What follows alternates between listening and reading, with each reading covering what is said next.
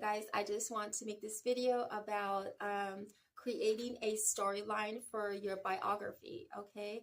I just want to give you a little example. So say you are writing a memoir or you're interested in writing a memoir. Okay, how are you going to go about that?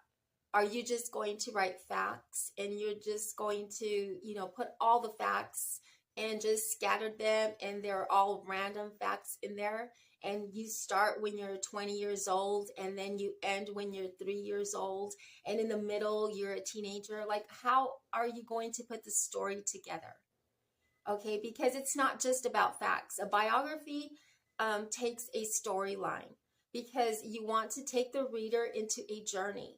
You don't want to be like a newspaper, stating the facts. So this is what happened, and you want to make it interesting. You want to have like a journey where the audience can go.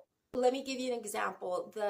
What you want to do is you want to, in your mind, you want to think of it as once upon a time there was you, and then you describe yourself. How were you once upon a time? When you were a child, or as far as you can remember, how were you? Once upon a time, there was Sarah. And Sarah was a fun-loving girl.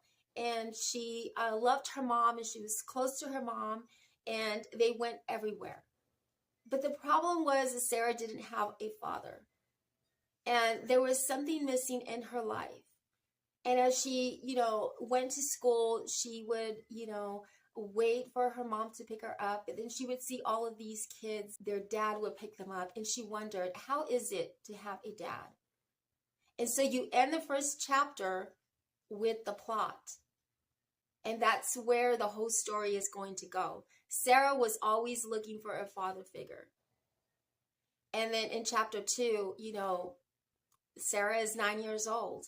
And it was her, her 9th birthday. And how did she feel, when the kids came and the dads were there celebrating?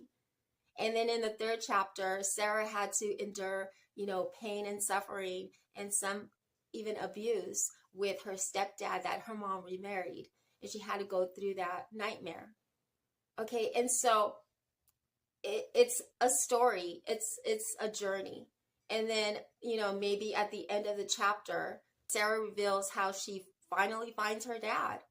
And Sarah thinks that it's going to be this amazing experience and, this memorable moment. And she finds out that her dad still is the same. He doesn't really care about the relationship.